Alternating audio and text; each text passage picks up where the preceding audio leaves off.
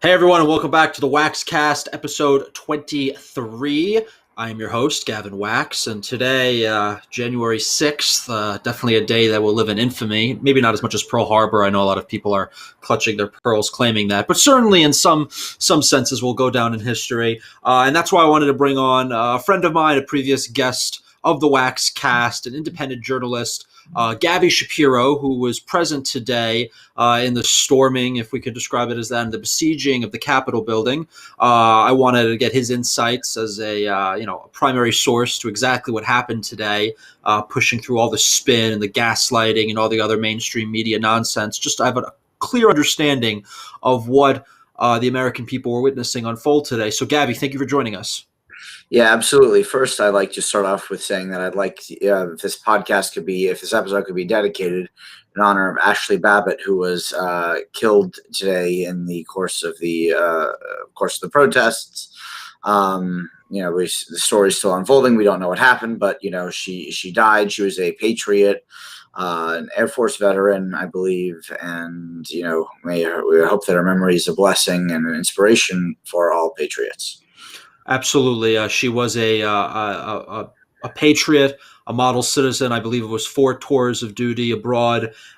She should not have been executed in such a disgusting fashion, shot through, I believe, a wood panel or glass. She was unarmed, shooting an unarmed woman. I mean, this is absolutely despicable, disgusting what happened. And let's maybe take a quick moment of silence to remember her name, her legacy, and thank her for everything she did for this country, and send to her our prayers.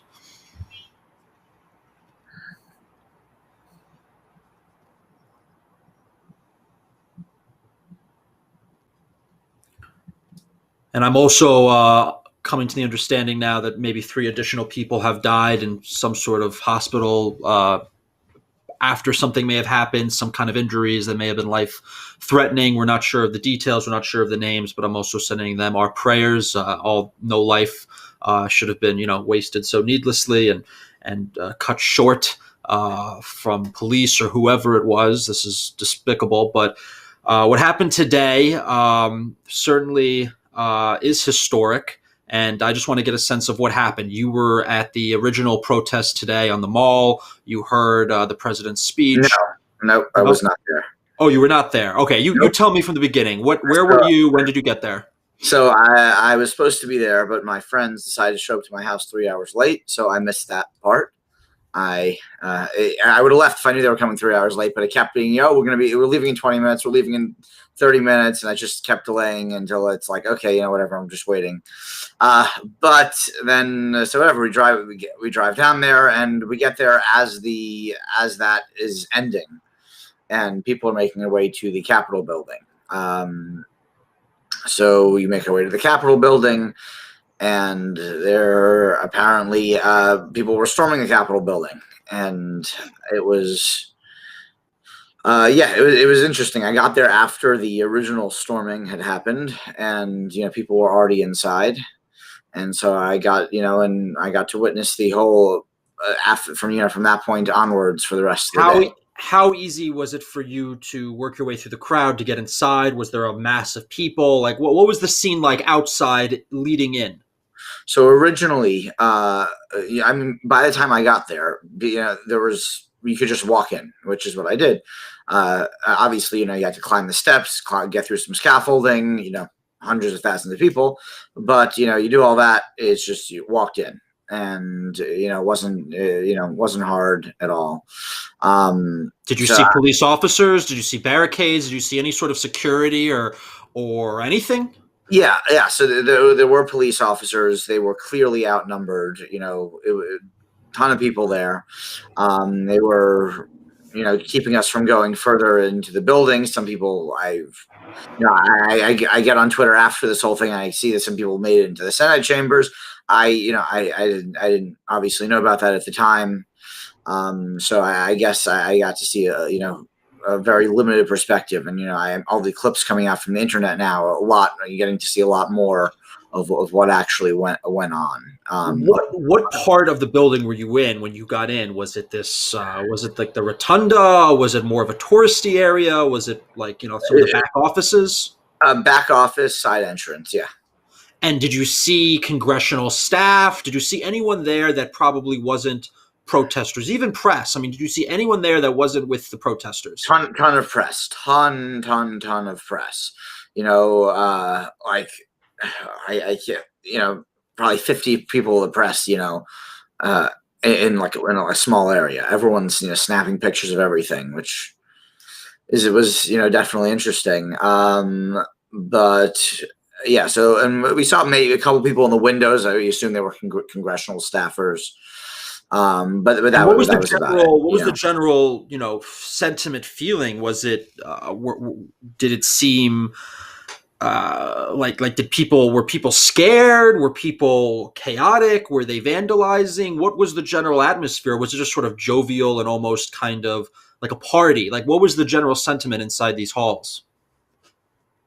So I definitely say probably along the lines of party like. There was a little bit of vandalism. There was, it was limited to a couple windows, which, obviously not great, but, that was the extent of it. And again, people putting, F Antifa stickers, around the building. But that was it with the vandalism. It wasn't, there Now, was there wasn't. a difference really in terms of the demographics and the makeup of the people who were inside the building compared to the people who were outside the building? Did you notice a difference? Was it a different type of protest, or was it generally the same?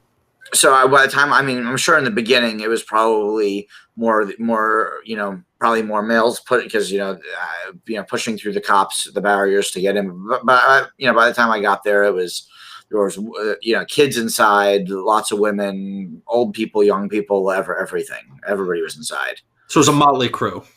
Yeah, it was not not limited.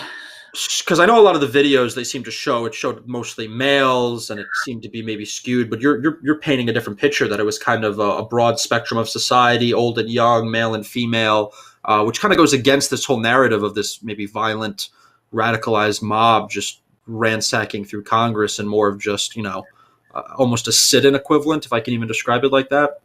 Yeah, no, there was not. I mean, I was there for when they brought in the National Guard, which I assume was the National Guard, and they pushed everyone out. Even then, there was very limited violence. Obviously, there was flashbangs and pepper spray and tear gas and all this stuff, but like very, there was a couple scuffles here and there, but other than that, people left the areas when the police started pushing them away. There wasn't, some crazy amount of violence that was going on. But before you saw the backup arrive, was there police presence? And if there was, what were they doing? What were they saying? How were they acting? I mean, we've seen videos that seemed like almost police were, one man was like running up the stairs. He was an officer, and like this whole mob was following him. I mean, it just everything seemed almost cartoonish. Yeah. What was going on? So there was not. I mean, I'm sure the Capitol Police were there, but they were not clearly prepared. Clearly we're not prepared for 100,000 people to storm. I had to run up the stairs and try to get in the Capitol. So that was, they were clearly outnumbered and not able to handle that. That's why they were waiting for reinforcements. How did they treat people? Were they dismissive? Were they very negative, or were they more professional to deal with? I don't even know what the word would be. They were professional. They I got a ton of tear gas in my face. A ton of people got pepper sprayed, but I mean it was mostly professional. But I saw, obviously, aside from the woman who got shot, which apparently got shot, as you mentioned, through a wooden board, which is not the way that the professional law enforcement you're supposed to happen. But other than that, everything was everything that I saw was professional. They did their job, we did our job. That's basically how it was. Now things began to change later. I mean, how long were you there? And how long do you estimate most people were there before they started to really clean the place out? And how long was that process? Did that process roughly take? Because I remember seeing videos, supposedly after they started cleaning things, after the sergeant at arms or whatever it was declared the house floors clean, there was still a massive crowd in huge parts of the building, the outside. So there was a crowd for probably there about 2 to 3 hours out there. that's when they got the reinforcements and basically pushed everybody.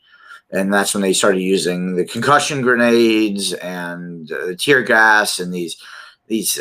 I've never seen these before. They had like paintballs, but like pepper spray paintballs. I don't Oof. know. I Yeah, saw the paintball pictures. I saw them. They were hanging over the edges there, and they had the containers that you hold them in. So that's when it started to get a little more real. yeah. The paintballs they used early on, and they weren't effective, but so they changed it up later on to I think the pepper spray paintballs. If Now, that, when you were there, did you see anyone that you thought were maybe disingenuous? Because there's a lot of talk now that some people that were infiltrating the crowds. I think there was one report from an FBI agent said like a bus of Antifa guys did show up. They were trying to infiltrate and maybe instigate more and create some kind of a scene. Do you think there's any validity to that? Do you think obviously most maybe have been more in line with Trump, but were there people in the crowd that could have been described as members of Antifa undercover? none, not that I saw, not that I noticed. If they were Antifa there, they probably should. That was way too rowdy of a crowd for them to have shown up to. It was, it was really crazy. I'm saying, they wouldn't have shown up, I don't think, to such a thing. Way too risky for them. So I don't think so. Obviously, I could be wrong. They could be, have some really great undercover agents, but yeah. Now, I mean, what else can you, before we go, I want to also touch on, the implications of this, how you think things are going to go moving forward, what this is going to mean in the grand scheme. But before we get to that, I just want to touch on anything I may have missed. What else can you tell us that you haven't already told us about what you saw today at the Capitol, what you experienced, and yeah, basically that. So yeah, it was obviously it was crazy to see. We haven't seen our Capitol stormed in our lifetimes like this. And I think 1814 or something, I believe it was like the War of 1812. In our lifetimes, and unless you're got really good at yeah. I'm sure one of what's his name, that president Harrison, that had a grandson that was still alive, who just died, Right. and he was born in like 1840. Apparently, a widow of a Civil War veteran died like a month ago. Apparently, I mean, we're going to drift into a different topic, but the timeline. Yeah. When you think about sometimes these timeline things, it's crazy to think about. Crazy, but anyway. Absolutely. But yeah, what were you? As you were saying, I cut you off. Yeah, no worries. So yeah, it was just a crazy experience. I think it's being blown out of proportion about how bad it was. I think people are, they're saying people were armed there. Nobody there was armed. Nobody was armed. I mean, maybe one guy, brought his gun, but into DC, but that would be more, that's a moronic move. You don't do that. That's DC has very strict. So that lie that they were shooting into the chamber, which was completely unverified, and now it appears based on this this unfortunate death. It shows that there was no shooting towards it. She was unarmed. We see the video where the moment she was killed, no one was armed. No one was armed. I mean, look, you go to these protests. You see these protests at some other state capitals. You'll see people bring their AR-15s. They're nice. They're scars. They're nice guns out. But in DC, it's not allowed. And people, as far as people could, you could tell publicly. Obviously, I didn't feel everyone's waistband, but as far as you could tell publicly, nobody had anything there. Maybe some people brought some pepper spray with them, which is apparently also illegal in DC. But and no one had guns there. No one was armed. And what about the other things they're saying that? I mean, what else? I mean, what else could you give us that has maybe been misrepresented by the media? There's no large scale vandalism. There's a couple people who broke a couple windows. If that's the new standard for vandalism, that's fine. It's just let's keep it in perspective. Let's wind that back for for the past 9 months, and And a few hours later, they were having two houses of Congress already assembled. So clearly the building was in working order. It wasn't too crazy. I mean, obviously, they seem to have rummaged through some congressional offices and things like that. What do you think of maybe the notion that some of this was kind of egged on and purposely done, kind of like a stage psyop, so to speak, in order to maybe, go after, take attention away from the votes, from the objections, from the fraud, to discredit Trump, maybe to lead into, what everything everyone's talking about, the 25th Amendment now, and Pence, and how he called the National Guard and not Trump, all these crazy things. Like, we're hearing a lot of things. Plus, Trump has just been banned from Twitter, so his main outlet to communicate with the people has been severed. I mean, there are a lot of pieces right now in motion that, are kind of hard to grasp what's going on. What do you make of it? I don't. We've had Linwood tweeting crazy things for the past couple of weeks, and other people are making up stuff. Unless I see evidence for stuff, I'm not interested. Right. Linwood's been one thing he tweeted. It was the most ridiculous tweet. It was that people come up to powerful people with babies, with kids, make them rape them, and then shoot them with a gun. It's just like, and videotape it and use it to blackmail them. Just like ridiculous stuff. So I'm not interested in any, conspiracy theories unless there's like actual data of some sort to back it up, or some, not just I pulled this out of my ass. Not just hearsay. I pulled this out of my ass, guys. It's true now. It's been given to me by Linwood. And divine by God. There are some reports that the chief of staff to Mike Pence is being denied entrance to the White House. I mean, there's definitely some things in motion. What do you think is going to go on? I mean, let's just go into prediction mode. I mean, what do you think is going to be unfolding the next 2 weeks before the 20th? I mean, how do you think this is going to impact Trump, the remainder of his presidency, his legacy? How do you think it's going to impact how people want to handle the fraud if it's just dropped now? I mean, I have to say, thank God we still have a few senators and a decent number of congressmen with some backbone who haven't, caved. I mean, what on earth did the votes to object have to do with this incident? It has nothing to do with each other. And if anything, you really need to examine why the national Capitol would be stormed and besieged by thousands of people unless there was a general, widespread anger and vitriol against the system because they feel like they've been spat on, they feel like they haven't been represented, they feel like they've been completely ignored. I mean, you don't get to a position like this in society unless there are fundamental structural issues that are just not being taken care of, that are not being addressed. So people just trying to dismiss this and smugly write this off as some cranks who are just storming the Capitol. I mean, that is just a horrible takeaway. We need to look at why this happened, because that's part of the real issue here. Am I crazy in saying that? So, Gavin, you just said so much there. I'm trying to try to remember it. First is you said, you mentioned that the chief of staff of Mike Pence is being denied. I drifted a bit. Yeah. So you said you were there, and I had a line, which is great, which is that he should have been denied access to the White House, years ago because he was a Koch brother worker. And he should have been fired a number of years ago. So that's great line. I'm glad we still got it in. Yeah, he should have been denied access years ago. So that's number one. I just like the second you said that, I'm like, okay, that guy should have been denied access years ago. Yes, he's just sitting there undermining the whole MAGA agenda. I have no idea what's going to happen. People are just coming up with crazy theories on Twitter. I want to see evidence. I want to see somebody reputable with an actual source. That means not mainstream media.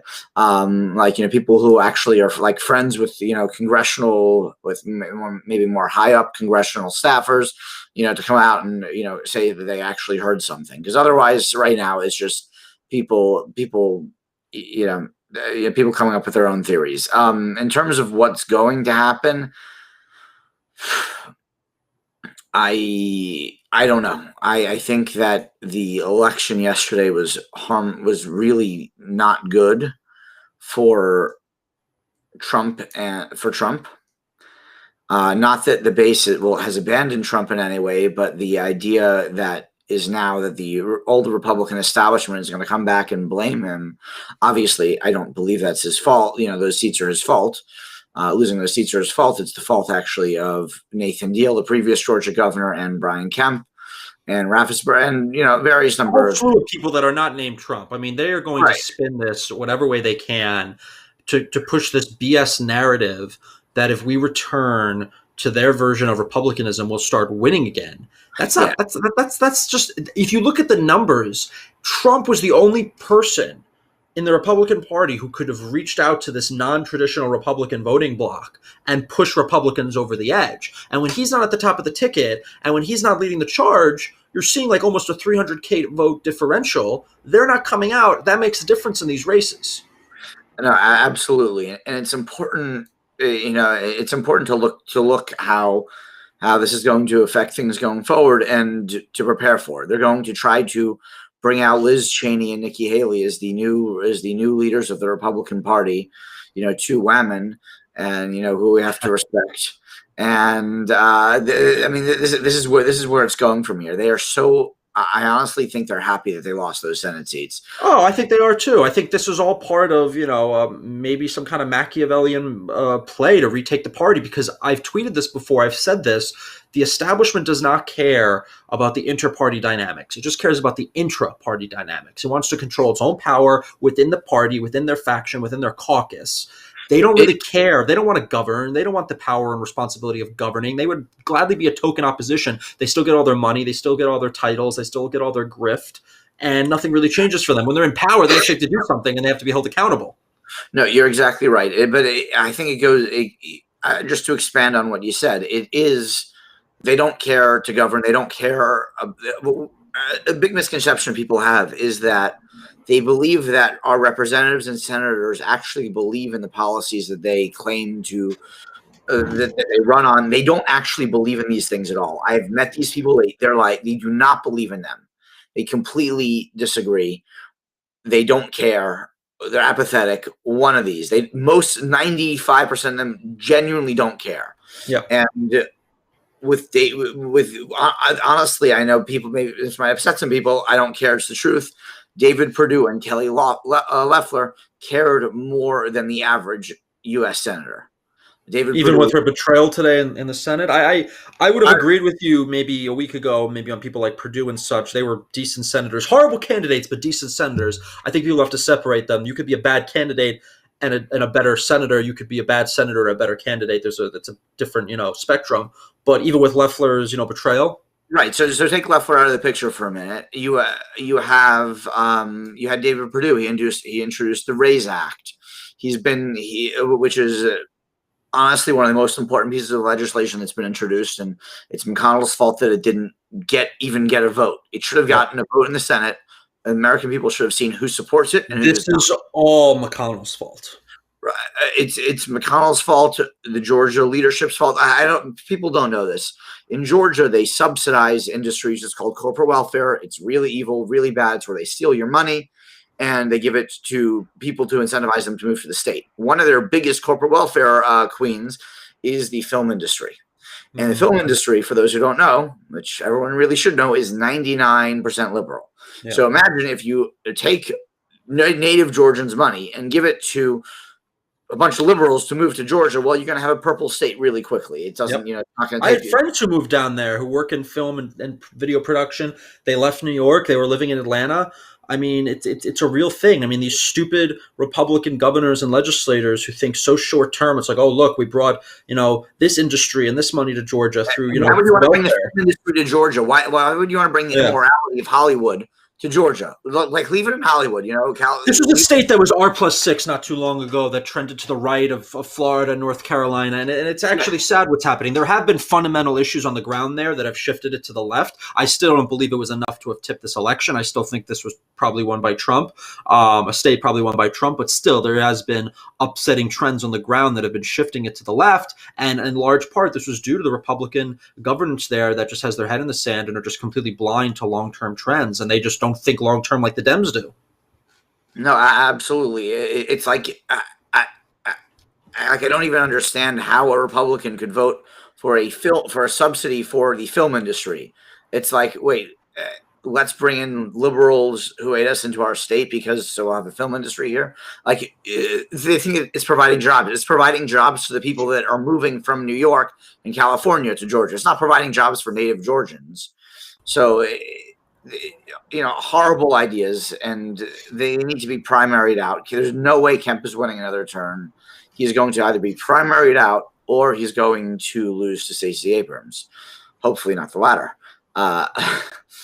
I mean, it just seems that there's a lot of really depressing trends going on. We spoke off the record earlier that you were more worried about what happened in Georgia than what happened today, and I agree with you. I think that's a lot more consequential uh, than this kind of spontaneous outburst of rage against Congress. And the hypocrisy of what's going on now in the media and the gaslighting, how they're painting this as the worst day in American history. I mean, these people are out of their minds. Anyone who could possibly claim that today is the worst day in American history and compare it to Pearl Harbor or 9/11 or any incident in American history for the most part, this was nothing. No, forget Pearl Harbor and 9/11. Forget Pearl Harbor and 9/11. That's ridiculous. Just compared to the past 9 months. I mean, DC was literally that's what on they're fire. doing, not me. That's what they're doing. Just for the record. No, right. I know. It's just like DC was, the entire city was on fire. Like smoke coming up from like the entire city because BLM Antifa lit it on fire. And this is, a couple broken windows, sure, we don't break windows, but like that's the end of the world. Come on. It's gaslighting. It's hypocrisy. None of them called out, the nationwide anarchy. I remember watching it. It was insane. Every city in America was on fire. Every city was being looted. Here on Fifth Avenue, they were just going up and down the avenues, just ransacking, creating havoc. We watched this for God knows how long. And nothing was done. No one was really prosecuted. No one went to jail. Tons of blood was spilled. No one condemned it. No one even condemned it. No one condemned it. No one called it out. With them. He Black Lives Matter, marching with the Black Lives Matter. Like, he's a schmuck. He's a schmuck of the highest order. Yeah. There's something wrong with him, honestly. I honestly don't think he has any. I think he's literally a eunuch at this point. I don't know what else is wrong with him. I saw him in the airport, telling people to wear their mask when they were heckling him. That was amazing. The man is pathetic. The man is absolutely pathetic. I can't even call him a man. He's just pathetic. He is just something out of a cartoon or a comic book. Like, I don't even know how to describe that guy, but they're all in on it. They all were, they were singing George Floyd's praises. They were, open arms with BLM. They were, they threw away all their COVID guidelines so people could riot and march and loot. Everything was fine. We were supposed to watch it day in, day out. And now this happens and they're they're clutching their pearls. They're moralizing self-righteously. And it's like, look, I can understand the argument that this was bad optics. I can understand the argument that we lose the moral high ground. The problem is that we've had the moral high ground for a long time now, and it hasn't got us anything. We've had better optics than them for a long time now. It hasn't got us anything. It's not optics. Optics is the most ridiculous term to use here. It's the media spin. No matter what the media are going to spin it bad. Poorly. Whatever Democrats do, the media. You can't even talk about optics because if you don't control the way that optics gets disseminated through society, it doesn't matter. You're having a moot argument at that point. Right. If someone says, "Oh, well, this is bad optics, so it shouldn't have been done," it's just the response is, "Well, the optics don't matter because the media is going to say, even if it was a peaceful protest, the media would have said, oh, super spreader event inspired by Trump to kill your grandma." That's all the media. You're waging an uphill battle. You're waging an uphill battle no matter what we do. And, when we had control for 2 years, united government, which is what the Dems are about to have, we barely did anything. We could have really. One thing we did, we passed a little tax cut. And that was it. That was it. And then even when we lost all the budget bills that went through, every single one was the same thing that Obama passed plus more. They just added to the budget bills. There was nothing taken out. There was it was a waste. It was a waste of 2 years. We barely did anything. Even when we lost the House, they could have been sending bills to him, and he could have continued signing them until the penultimate hour before they changed, the delegations to the House. We did nothing. Then we had 2 years of basically he wasn't really able to do anything outside of executive orders and a few other things. And it was a wasted 4 years for the most part. That's why the second term was going to be so critical. But they're not going to miss a beat. They have united government now. They're going to be doing everything in their power to solidify their control for the next generation. They're going to do everything in their power to really just come back and hurt us and hurt the movement, hurt the base, hurt the grassroots, and really just enact revenge. Punish us. Yeah, they are. It's punishing time, and they are coming. Yeah, they are coming.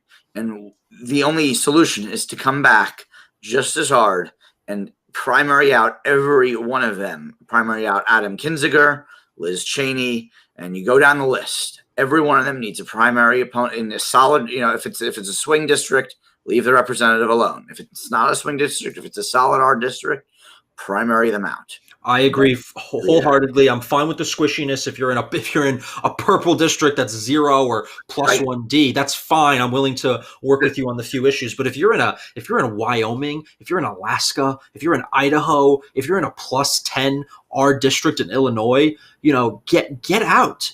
Get the hell out right. of here. You do not represent anyone. I mean, I guess people on the right, getting all pissy at Susan Collins. Leave the woman alone. She kept the Republican Senate seat. Yeah. I'm Like, not. I was never worried about a Susan Collins. What pisses me off is a Murkowski. What oh pisses yeah, me oh off yeah, is a is yeah. It's all. It was a flake. It was oh a yeah, what was his name? The guy in Tennessee, Corker. Those oh yeah, those guys piss me off way more than Susan Collins. I'll right, take a Susan Collins. I don't care. What are we going to do? We're not going to win that seat anyway. I'll take her on the procedural right, of votes. I'll take course. her vote 90% of the time. She's an institution up there. We get way more votes from her than we ever will from anyone else. So why not take it? It's a good. That's good politics. Right, of course, and we do need to focus on these down ballot House and Senate seats. There's a lot of Senate seats that we have up, and it's just going to increase their control. We have an open Pennsylvania seat. Whatever, it's going to be a disaster. It's not going to be good. What do you think is the next 2 weeks? I mean, the inauguration, everything. I mean, do you think we're going to Trump see anything else? Trump needs to pardon Everyone. Julian Assange, Yes. Edward Snowden, Yes. Ross Ulbricht, however you say his name, and That Martin. sounded a little too Hebrew, but Yeah, yes, Ross and, Ulbricht. Martin Shkreli. Shkreli. Shkreli. And how about the declassifications? I want to know if there's UFOs. Yeah. Well, they have declassified that. There are UFOs. We just don't know what they are. But yeah, I mean, look, it's unfortunate that he's not more competent. I think, look, I'm a loyalist. I support him, but I am willing to criticize when warranted. And I think he was not as effective as he could have been in many situations. I think a lot of that had to do with the people he surrounded himself with. I think his gut instincts were generally spot on. And if he had followed through with them most of the time, he'd be in a way better position today than he is. If he did what he campaigned on and only that, he would be having an easy second term right now. It's not a question. Yep. But he didn't. He just, he didn't. He did other things. Yeah, and look, I'm not saying, obviously if COVID hadn't happened, I think, he still would have been okay, just because things were going so well. He could have just had a traditional second term. But once COVID hit, I mean, he really, it was really back against the wall, and it was always going to be an uphill battle. And they are ruthless. They are ruthless. They will do anything they need to do for power. And we never fight back. The Republicans are weaklings. They're, yeah, they're just pathetic. They're just absolutely pathetic. They're all about style over substance. They're all about form and procedure over results. And they just don't fight. And that's why we continue to lose. And they're just pathetic, most of them. They really are. And it's just like this pretension and this condescension and this smugness and this arrogance that's just so justified on their behalf, and they just stick their noses up at everyone like we're a bunch of plebs because we support the president and don't support them, and we were supposedly stupid for doing it. I mean, this is the kind of mentality, this beltway mentality, that led to what happened today. And by the way, going back to what happened today, I still have no idea how on earth these people could have got into the Capitol when both chambers were in session. The vice president was present. They knew there was going to be hundreds of thousands of people in DC. I mean, regardless of what actually happened, it just seems very strange that it was almost that easy for them to get into the building and cause this havoc. I mean, don't you think it just is a little off, or am I crazy? Yeah, it's just like, if the security is that lax there, I mean, remember the summer with the White House, they were pushing at the gates. That was scary. I remember watching. I was like, these guys are going to storm the freaking White House. Why am I saying freaking? The fucking White House. And they didn't, but I was watching. I was like, they were getting really close. What happened here with the Capitol? I just don't get it. I just like walked right in. Like, it was shocked. I'm like, oh, well, this is cool. Yeah. Yeah, this is interesting. I've never been in the Capitol before. Uh, I think honestly, a lot of the people that were there was like their first time ever there. I think they were yeah, honestly it was like, oh, someone was joking. What are those things called that they have at the movie theaters? Those like red velvet things with on the stands. I don't know the name for But that. like they were joking, they were like, "Oh, well, at least the mob didn't like knock them over. They were like walking through like the designated lines to get in, like as if it was like still like being ticketed. It was like this is the most polite mob ever." What did you make of those guys? That guy, that crazy guy with no shirt on and the fur horned Viking helmet thing. I mean, what the hell? They didn't look like Trump people to me, honestly. I've So, heard they are. I don't know. I think that they are Trump people. I think that guy is some sort of Q conspiracy guy. Sorry, my voice is a little hoarse from the yelling Pepper today. spray, Pepper spray, tear gas, the yelling today. But yeah, saying Ross Ulbricht. yes. How do you say his name? What's the I right way? don't know. I've never heard. I've only These are one of the things I only read about. I never really hear it Right. out loud. Ross But Ulbricht. those four are the biggies that Trump needs to pardon. But yeah, so I mean, look, I think these people are are Trump people. I honestly screw Nancy Pelosi. I think it was good that they got to her office. I think that was amazing. I think that was sweet. Uh, I don't think that was a bad thing. It's some crazy images. I mean, those images are going to go down in history. I mean, the things we saw when they were standing in the congressional chamber. I mean, it was like something to behold. I mean, I was almost like dumbfounded that this was happening. I mean, it's been a crazy 2020. I didn't think 2021 would start off with such a bang. Um, but I guess we were going to have a rocky few months ahead. That's for sure. it's not looking good, unfortunately. And I mean, you could see after that Senate race and magazine sales for guns. You can't get magazines now. They're sold out because they think and people think there's going to be high capacity mag bans. I mean, I think all we have left is really the Second Amendment. I mean, I thank God we have it. I mean, that's one of the last few checks on government, and hopefully we'll see some real leadership at the state levels in many of these Republican states to push back against any Yeah, federal overreach. And yeah. So let's get back to reality now for a second. yes, Yeah, no, that's not happening. That's what we wish would happen. that's what we wish will happen. None of it's going to happen. Manchin is not going to side with us in anything important. Neither is Kristen Cinema. Yeah.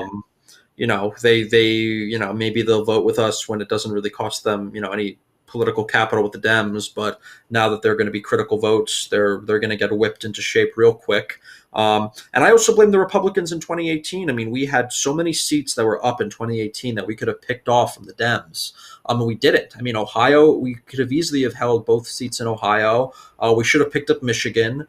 We should have done a lot better in 2018, so we wouldn't have been in this situation now where it was such a tight margin and it came down to Georgia. I mean, this is just pathetic. McSally in Arizona. I mean, give me a break. I'm McSally twice in Arizona, Gavin. Twice. I mean, it's just like they want to lose. It's just like they want to lose, and they think no one notices, or they just don't care. They're just as blatant as the Dems in many regards, and they just don't give a crap what anyone thinks. I don't know whose idea it was to have her run again. Like whoever that was, out of the party for good. But they're the But kind of people, the people that come up with those ideas, these stupid consultants and these strategists, the ones that are, blaming Trump for everything right now, because that's all they know how to do is blame Trump. These are right. these are perennial losers who can't make it in the private sector, who've never really won a real race, who don't know anything what's going on in the American body politic. But they're going to tell everyone, oh, it's Trump's fault, it's Trump's fault, it's Trump's fault, because he's an easy scapegoat. That's all they can do. When it's their own decisions, when it's their own campaigns, when their own candidates that have always consistently failed, despite whatever Trump has done to prop them up. I mean, in many cases, Trump is the only thing that held us together. I mean, if you look at the comparisons when Bush left office and when Obama left office and how obliterated both of their parties respectively were in Congress, Bush left us in a crappy situation in the House and in the Senate. Obama left the Democrats in a horrible situation in the Senate and the House. I mean, Trump, compared to that, I mean, it's not great, but we're certainly not nearly as bad as where Obama or Bush were when they left office. So all these people, they don't know what they're talking about. and they preach bad ideas. And what's going to be so annoying and insufferable over the next few months is because of Trump's on-paper loss and because of the on-paper losses in Georgia and elsewhere, we're never going to. And then because we had some down-ballot success elsewhere for Republicans, which still doesn't make much sense. What we're going to see now for the next several months or several years is, the Republican Party is what people like. That's why we won down ballot. It's Trump where people reject it. It's Trump, it's Trump, it's Trump. None of these people could get 10 people to show up to their rallies. Trump brings out hundreds of thousands of people at a moment's notice. That's real enthusiasm. That's real support. You can't manufacture that in BS digital statistics on Twitter or BS poll numbers, whatever it is. He has the real body of the party behind him, and they just will never get that. Yeah, and it's going to be a fight now. It's going to be a fight in 2022. It's going to be a fight in 2024. I mean, it's going to be a bloodbath in the Civil War in the party. Yep, and I just hope that people are willing to educate themselves and not, just follow, Nikki Haley blindly into amnesty and corporate bailouts. It's a shame. We need someone who's like a fighter and someone. Who do we have? Who's our bench besides Trump? I hope. As unpopular as this is, I don't want Trump to run again. I want somebody who is going to be more. Fine, but who? We have a number of good options. I think the most likely option is probably Ron DeSantis. He's going to win. I like Ron. What he's doing in Florida is amazing.